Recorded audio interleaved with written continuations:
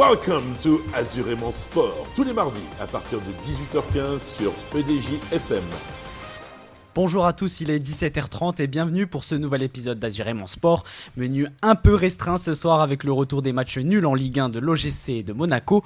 On enchaînera sur les deux matchs en 2 jours pour la Roca Team qui s'en est plutôt bien sortie avec notamment une belle finale de Coupe de France. Et pour finir, on reviendra sur l'événement automobile du week-end, le Grand Prix de Monaco historique. Mais avant d'emprunter les rues monégasques à bord de voitures de course, on refait le week-end avec vous Mathéo Jeune. 2 victoires en rugby pour nos clubs azuréens. En top 14, le RCT s'est offert la victoire à domicile face à l'Aviron Bayonnais. Victoire 52-26. Toulon se relance en championnat en étant à la 8e position. Les Toulonnais se préparent donc pour la demi-finale de Champions Cup face à Leinster ce samedi. Le Niça Rugby finit la saison régulière de la plus belle des manières. À domicile, les Niçois ont écrasé Rennes samedi soir. Victoire 47-5 pour les Aigles qui se qualifient directement pour les demi-finales. Les Niçois affronteront le vainqueur du match de barrage entre Chambéry et Périgueux. Mauvaise opération pour nos clubs de football en National 2. Du côté de Cannes, les Dragons perdent le match de fin de saison. Opposé à Nîmes qui les talonnait au classement, l'AS Cannes a complètement coulé à l'extérieur. Défaite 3-0, Nîmes repasse premier et les chances de monter s'envolent un peu pour Cannes, deuxième de National 2. Prochain match vendredi à 18h face au Gaulle FC. Quant à Grasse, il recevait le FC Istres pour la 27e journée. Les Grassois, pas encore assurés d'être maintenus, se battent pour le maintien en National 2. Alors qu'ils menaient 1-0 en début de match, les hommes de Loïc Chabat se font rattraper par Istres, qui passe devant en début de seconde période. Mais Grasse revient seulement 2 minutes après, et même avec l'expulsion d'Hermen Ako, le RC Grasse maintient le match nul et continue à la 11e place du championnat. Les Grassois se déplacent à Limonest samedi à 18h. Les Sharks d'Antibes retrouvent à nouveau la défaite sur les parquets d'élite 2 face à Paulac-Orthez, second au classement en championnat. Antibes n'a pas trouvé les solutions pour contrôler son adversaire. Défaite 92-71 qui éloigne les Sharks du play-in. Prochain rendez-vous jeudi à 20h30 face à Vichy à l'Azur Arena. Après un mois d'arrêt, les motos ont repris le circuit ce dimanche à Cadix dans le sud de l'Espagne pour le 4e GP de la saison. Et nos Azuréens sont tous les deux entrés dans les points. Partis à la seconde place sur la grille, Johan Zarco s'est battu pour maintenir une 5e place. Mais à la ligne d'arrivée, le Canois est arrivé 7e. Pendant que Fabio Quartararo finit la course en 14e position. Une saison qui va être très longue pour le Niçois en Yamaha. Ce dimanche, 3000 sportifs se sont réunis à Cannes, pas pour gravir le pink carpet du Cannes Series, mais pour la 13e édition du triathlon international de Cannes. La niçoise Justine Guérard remporte le format L chez les femmes et Maxime Chanet termine 2e chez les hommes. Un exploit pour celui qui était encore à l'hôpital pour une grave septicémie il y a 6 mois de cela. Sur le format extrême, Lucas Pradel monte à la 3e position pour l'Antibes Triathlon. Direction la pelouse, on parle football désormais. Oh, le but sublime de Marnès à Cliouche, quelle inspiration de génie, et on en parle tout de suite dans Azurément Golf. Du côté de la Principauté, ce samedi, l'AS Monaco se déplaçait sur la pelouse du Toulouse FC pour cette 30e journée de Ligue 1 et scénario cruel au bout du suspense pour les hommes du Rocher, Mathéo Jeune. Oui Anthony, parce que Monaco avait quasiment fait le match parfait pendant 20 minutes. L'entame est très forte avec beaucoup d'intensité, de projection vers l'avant et surtout une efficacité redoutable. Très vite, les Monégasques prennent les devants avec Jordan Tézé qui ouvre le score de la tête dès la 6e minute. Et dans la foulée, Monaco continue de pousser. Toulouse est complètement dépassé dans ce début de match. Lamine Camara vient doubler la mise avec une frappe exceptionnelle à la 18e minute. 2-0 et là clairement Monaco est en train de marcher sur son adversaire. Ils ont même des occasions pour renforcer le clou encore un peu plus à Cliouche, Adingra, Fati. Plusieurs situations franches mais sans réussite et c'est peut-être là que le match bascule parce que Monaco ne tue pas la rencontre. Et donc la pause arrive avec ce score de 2-0, une grosse maîtrise mais sans 3e but qui aurait tout changé Mathéo, puisqu'en seconde période, le visage des hommes de Pocognoli est totalement différent. Toulouse revient avec beaucoup plus d'envie, beaucoup plus d'intensité. Monaco, lui, devient plus passif, recule et surtout n'arrive plus à produire son jeu. C'est simple, en deuxième période, Monaco ne cadre quasiment plus avec très peu de situations dangereuses. Et forcément, à force de subir, ça finit par craquer. À la 61e minute, Russell Rowe vient réduire l'écart et relance complètement la rencontre. À partir de là, le match change totalement de dynamique. Toulouse pousse, enchaîne les centres, met de la pression et Monaco n'a plus les ressources pour répondre. Il y a quand même cette énorme occasion en fin de match. Denis Zakaria à la balle du 3-1 avec une volée au point de pénalty, mais le gardien toulousain sort un arrêt décisif. Et ça, c'est un tournant énorme. Parce que derrière, dans le temps additionnel, tout va s'écrouler. Sur une dernière action, Donoum fait la différence côté droit, centre en retrait, Cresswell remise de la tête et Emerson surgit pour égaliser lui aussi de la tête. Un véritable coup de massue pour Monaco, score final 2-2. Monaco est rejoint sur le fil par Toulouse après avoir mené 2-0 en 20 minutes, Anthony. Un résultat qui fait très mal pour la course à l'Europe. Monaco, trop passif après la pause, n'a tiré qu'une seule fois en seconde période et laisse filer 2 points très précieux. Monaco est donc 7ème à la fin de ce week-end avec 51 points et 6 longueurs de retard sur Lyon, 3ème. Prochaine rencontre samedi face à Metz à 19h. Du côté du Vélodrome, l'OGC Nice clôturait ce week-end en déplacement à Marseille. Les hommes de Claude Puel ont obtenu un bon point dans un match riche en rebondissements lui aussi. Oui, 4 jours après leur qualification en finale de Coupe de France, Nice se déplaçait dans la cité phocéenne. L'OM a clairement pris le contrôle de cette rencontre dès les premières minutes. Beaucoup de possession, une vraie maîtrise technique et surtout cette capacité à installer le jeu dans le camp niçois. Marseille monopolise le ballon, impose son rythme et empêche Nice de développer quoi que ce soit. Mais malgré cette domination, il manque quelque chose, de la justesse dans les 30 derniers mètres, de la prise de risque et surtout de l'efficacité.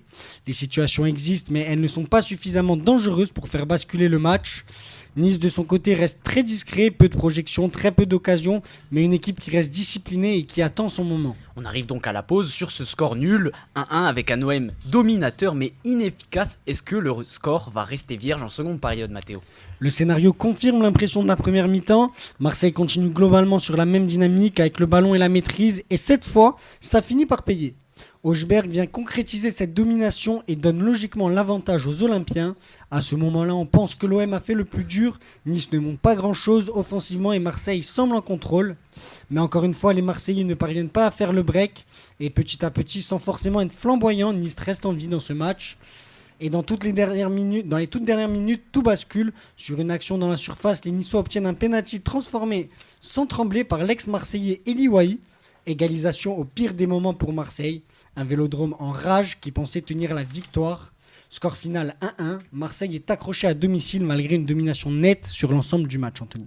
Un résultat très frustrant, même pour nos amis marseillais, qui fait très mal pour la course à l'Europe et qui met encore lumière sur ce problème récurrent, une incapacité à tuer les matchs quand l'OM en a l'occasion. Tandis que Nice tente de garder la tête haute hors de l'eau. 15e à 5 points d'Auxerre, barragiste. Ils recevront Lens, dauphin du PSG, samedi à 21h05. Cap sur le rocher pour le Monaco Basket. Mike James. C'est parti pour Azurément Clutch. 3 matchs en à peine 5 jours, c'est le calendrier de la Roca Team depuis vendredi dernier. Play-in, d'Euroleague, finale de Coupe de France et désormais play-off en Euroleague en Grèce. Les échéances sont qui plus est très importantes pour la bande à Mathieu Strasel. On fait le point sur cette fin de saison extrêmement chargée aux enjeux majeurs avec vous, Nathan Brouard. La série a commencé vendredi soir à Gaston Médecin contre Barcelone, un match do or die pour Monaco, une victoire direction les playoffs, une défaite direction la maison.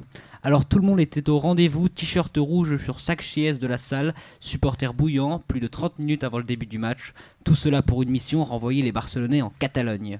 Et que dire du match de la Roca Team ? La première mi-temps a été presque parfaite, conclue sur le score de 49-35 avec un facteur X. Tenny Tarpey de retour de blessure. En 5 minutes, il a inscrit 7 points et pris 4 rebonds. Bref, il a dynamité le Barça. Au retour des vestiaires, les événements prennent toutefois une autre tournure.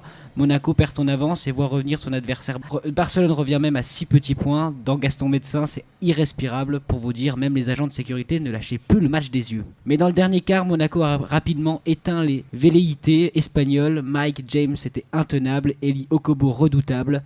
Mathieu Strasel électrique. Victoire finale sur le score de 79-70, synonyme de play-off. Une nuit de rêve où Monaco s'est donné le droit de rêver. Une nuit de rêve, comme vous l'avez dit Nathan, mais une courte nuit avec la finale de la Coupe de France contre Le Mans le lendemain. Exactement Anthony, une très courte nuit, c'est le cas de le dire. En conférence de presse après le match contre Barcelone, Manouchar Markoshvili s'en est amusé, déclarant qu'il n'avait jamais expérimenté cette situation. Les joueurs ont décollé le samedi matin tôt pour rejoindre Paris, début de la finale 18h30, soit moins de 24 heures après le match de la veille. Et Monaco a un peu souffert, il faut le dire, que les supporters manceaux étaient venus en nombre à l'Accor Arena. Même si à la mi-temps, les Monégasques avaient 16 points d'avance, Le Mans est repassé devant dans le dernier quart. C'était irrespirable. Après avoir perdu cette coupe l'an passé contre Paris, les Manceaux ne voulaient pas la laisser filer. Mais l'expérience de Monaco a fait la différence dans les 2 dernières minutes. Obtention de fautes intelligentes, lancer franc parfait, gain de temps et victoire 87-83 au bout du bout. La deuxième Coupe de France de l'histoire de Monaco après 2023. Alors ce week-end, les Monégasques ont vécu 24 heures au paradis, Anthony. Mais ce soir, après un peu plus de 2 jours de repos, c'est encore un nouveau défi qui attend la Roca Team. Un défi, c'est le mot. On pourrait même parler de montagne à gravir, parce que Monaco s'attaque à l'Olympiakos pour son quart de finale en play-off, une série au meilleur des 5 matchs, la meilleure équipe de la saison régulière. Et ce soir, ainsi que jeudi soir, c'est en Grèce, au stade de la paix et de l'amitié qui va être bouillant. Bon, pas sûr que ce soit vraiment ces valeurs qui vont caractériser la rencontre par contre. Monaco va défier Nicolas Milutinov, Sacha Vezenkov ou encore Evan Fourier. Et en plus, le Final Four se déroule à Athènes, donc on imagine bien un supplément d'âme pour l'Olympiakos pour aller se qualifier. Mais allez, je vous donne une raison d'être positif. Monaco a battu d'1 point l'Olympiakos en mars dernier pendant la saison régulière. Pour Monaco, la clé sera de rentrer dans le match dès les premiers instants avec beaucoup d'intensité et de l'adresse. Début de la rencontre dans un peu plus d'1 heure à 20h. La Formule 1 revient ce week-end après un peu plus d'1 mois de pause forcée par le contexte compliqué au Moyen-Orient. En attendant, les Monégasques étaient présents en nombre le week-end dernier devant la 15e édition du Grand Prix historique de Monaco. Alors Théo Turier-Gano, comment s'est passé ce week-end ? Eh bien Anthony, tout a commencé dès vendredi avec les essais libres des 8 catégories, chacune portant le nom d'un célèbre pilote avec Louis Chiron, Juan Manuel Fangio, Graham Hill, Vittorio Marzotto, Jackie Stewart, Niki Lauda, Gilles Villeneuve et Ayrton Senna. L'ambiance était unique dans les rues de Monaco, entre les monoplaces d'avant-guerre et les F1 des années 80. Le spectacle était aussi autant sonore que visuel. Mais attention, circuit exigeant oblige, plusieurs pilotes se sont fait surprendre dès cette première journée. On a notamment vu Jean Alesi partir à la faute, sans gravité heureusement. Dans le même temps, la légende Jackie Ickx a marqué les esprits avec une démonstration très applaudie, lançant parfaitement ce week-end rétro. Alors, premier jour d'essai terminé, on passe au samedi, place aux choses sérieuses Théo. Exactement, et lors des qualifications, une hiérarchie s'est déjà dessinée le samedi. Stuart Hall a particulièrement brillé, le Britannique est auteur de 3 pole positions en série B, E et G. Mais au-delà de la piste, Monaco reste Monaco. Paddock animé, collectionneurs et nombreuses personnalités présentes tout au long de la journée. Jackie Ickx, encore lui, a lancé la première partie du Cavallino classique Monaco Ferrari Parade, la grande parade des modèles de compétition de la Scuderia d'Enzo Ferrari. Le pilote belge a été retrouvé avec sa légendaire Ferrari 312 F1 de 1968, celle avec laquelle il avait remporté le Grand Prix de France à Rouen la même année, un moment qu'il partage avec joie à notre micro. Je ne sais pas comment vous le ressentez, mais moi, de voir une voiture qui a presque 60 ans maintenant, qui roule toujours bien, de la retrouver, de la faire partager avec une musique d'un V12 magnifique, voilà, et d'être encore là pour le raconter, donc il ne peut y avoir que de la gratitude. Le circuit, je m'en souviens quand même plus ou moins. Donc, mais c'est vrai que cette 15e édition, elle réunit un paquet de gens qui viennent d'horizons différents, mais qui ont la même passion, l'automobile. Et puis arrive le dimanche, le moment le plus attendu du week-end. Et oui, le public ne demandait que ça. Place aux 8 courses accompagnées d'un élément inattendu, la pluie. Une piste piégeuse qui a totalement rebattu les cartes et offert des courses spectaculaires, parfois à l'ancienne, sans assistance électronique, tout en glisse et en maîtrise. Plusieurs pilotes ont marqué ce week-end, notamment Stuart Hall, encore lui, et Michael Lyons, tous les deux auteurs d'un doublé. Pour le premier, c'est en catégorie E et G. Le second s'est emparé de la victoire en catégorie D et F. On note également la très belle 3e place de Werner Dansenbourg dans la série G, correspondant au Formule 1 de 1981 à 1985. Le Belge pilotait une mythique Brabham BT 49D de 1982. On l'écoute raconter sa course et ses sensations sur ce tracé si particulier. Bon, c'est phénoménal, je suis assez émotionnel. Bon, j'ai évidemment eu beaucoup de chance avec la malchance des autres. C'est un pilote devant moi qui n'a pas pu finir. Mais bon, j'ai 3 pilotes exceptionnels à suivre et 2 au final. Donc pas grand chose à dire, mais je suis content d'être là. La bataille était assez acharnée, d'autant plus que Alex devant moi est mon coach d'habitude. Donc je me suis permis d'un peu plus le coller que j'aurais collé quelqu'un d'autre. Mais c'est un meilleur pilote. Dans 2 ans, je me vengerai. Et on attend un peu d'expérience. Mon père est pas loin derrière moi, lui a fini 5ème, donc grâce à lui j'ai pas mal de connaissances et à ce niveau-là, l'élève va peut-être dépasser le maître cette fois-ci. Et vous avez un dernier mot pour conclure cette édition 2026, Théo ? Oui, on peut le dire, encore une fois, le Grand Prix historique de Monaco a tenu toutes ses promesses. Entre conditions météo piégeuses, voitures d'exception et proximité unique avec les pilotes, c'est bien plus qu'un week-end de course. C'est un véritable voyage dans l'histoire du sport automobile. Le rendez-vous est donc déjà pris pour la prochaine édition en 2028, avec toujours cette même promesse, faire revivre les légendes de la Formule 1 au cœur des rues de la Principauté. Il est temps de passer au quiz du jour avec mes chroniqueurs qui sont déjà tous là à mes côtés. Aujourd'hui, on fait plus simple, 4 questions pour vous départager. Mais avant ça, je vous annonce que la semaine prochaine sera organisé le Master Quiz pour le dernier épisode d'Azurément Sport de la saison. Alors, chers auditeurs, nous vous donnons rendez-vous mardi prochain à 18h15. Maintenant, c'est à vous de prouver. Mes chroniqueurs, j'espère que vous êtes prêts. Vous êtes prêts ? Oui. Pas de réponse. Ils sont déjà concentrés. Ouais. Ils sont dans le match. Alors, justement, en parlant de match, on va parler football dans cette première question. Dans un peu moins d'un mois, l'OGC Nice affrontera le RC Lens en finale de Coupe de France. Alors, est-ce que vous pouvez me dire quand est-ce que la dernière fois que l'OGC a-t-il joué une finale de Coupe de France ? 2023. 2023 ? Non, c'est pas 2023. 2022. C'est 2022. Nathan qui a... Vamos. Est-ce que tu saurais me dire contre qui ? sûr, c'est 23. Aucune idée. Aucune idée ? Ah, c'est contre Toulouse. Non. Auxerre. Ah, Nantes. Nantes, c'était Nantes, effectivement, Putain, c'était oh, une défaite 1-0. Est-ce que, allez, petit point bonus si vous l'avez, est-ce que vous savez quand est-ce la dernière victoire en finale de Coupe de France donc pour le l'OGC Nice ? Ça remonte un peu à longtemps. 98. Oh, pas loin. Déjà, petit indice, on était tous pas nés déjà. 97 alors. 97 effectivement. Vamos. Nathan, question. On va voir si t'es aussi fort en basket. Nathan, question football, on l'aurait pas cru. Hein. On l'aurait pas Il nous a cru. surpris, mais il dit des dates au pif. Ouais, mais ça marche. Ça marche pour aujourd'hui pour Nathan. Alors, on va passer au basket, comme vous nous l'avez raconté, hein, Nathan. Hein. Monaco a remporté haut la main cette finale de Coupe de France. Alors, qui a été élu le MVP de cette finale ? Et les autres peuvent répondre aussi. Hein, Ouais, Mike James peut-être. Non, c'était pas Mike James. Si vous voulez un petit indice, il a fait un match à 19 points, 2 rebonds, 9 passes décisives. Il est français. Mathieu Strazel. Mathieu Strazel. Et Nathan qui est déjà 2 points. Attends, c'est Strazel, Strazel. je voulais C'est laisser Mathieu du temps, mais Strazel, voilà, je effectivement, l'avais, qui a été élu MVP des finales. Ah, je l'avais, hein. Ici, je sais que tout le monde Nathan, il a est... triché. Moi, Je vous tue. Ah, Non, peut-être, non. on sait il pas. a lu J'espère les qu'il a pas questions. lu les Nathan a questions. triché, si, c'est impossible qu'il trouve tout ça. Bon, je sais que ici tout le monde est féru d'F1, n'est-ce pas ? CGP Historique ouvre la saison des événements automobiles à Monaco. Alors parlons un petit peu de F1 cette fois-ci. Qui est le dernier vainqueur du GP de Monaco ? Norris. Allez.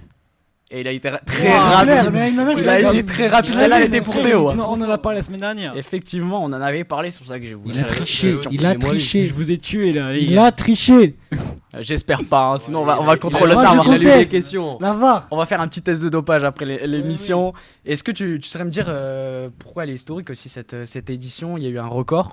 Tiens, on va voir Vous si pouvez le c'est- dire aussi. Hein. Non. Non, laisse on faire. peut- on laisse Ok, faire. on va laisser. laisse Attends, faire. pardon, il veut jouer, On va on laisser va la jouer. balle. Cette année. Non, l'année dernière, du coup, Norris. Bon, alors, j'en ai aucune idée. C'est à 100e peut-être. Ouais, mais c'était quel record ? Quel type de record par exemple ? Bah, c'était le record du tour. Ouais, effectivement. C'est la Tour le plus rapide. Une 0 quelque chose. Non, c'est une 9 et quelques, il me semble. C'est ça, 1 minute 9. Je vais pas Ah. aller dans les centièmes, hein, 954 pour les plus puristes.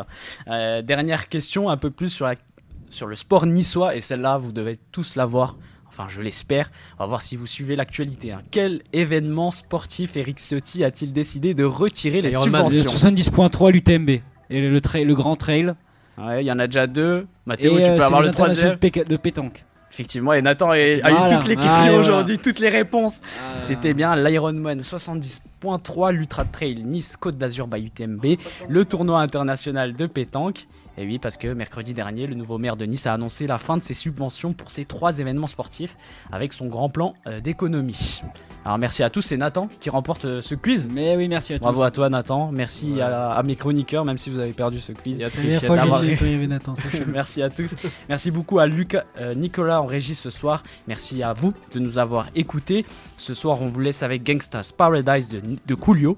Et on vous donne rendez-vous la semaine prochaine à 18h15 pour le dernier épisode d'Azurément Sport. Alors, bonne soirée et à bientôt sur EDJ FM.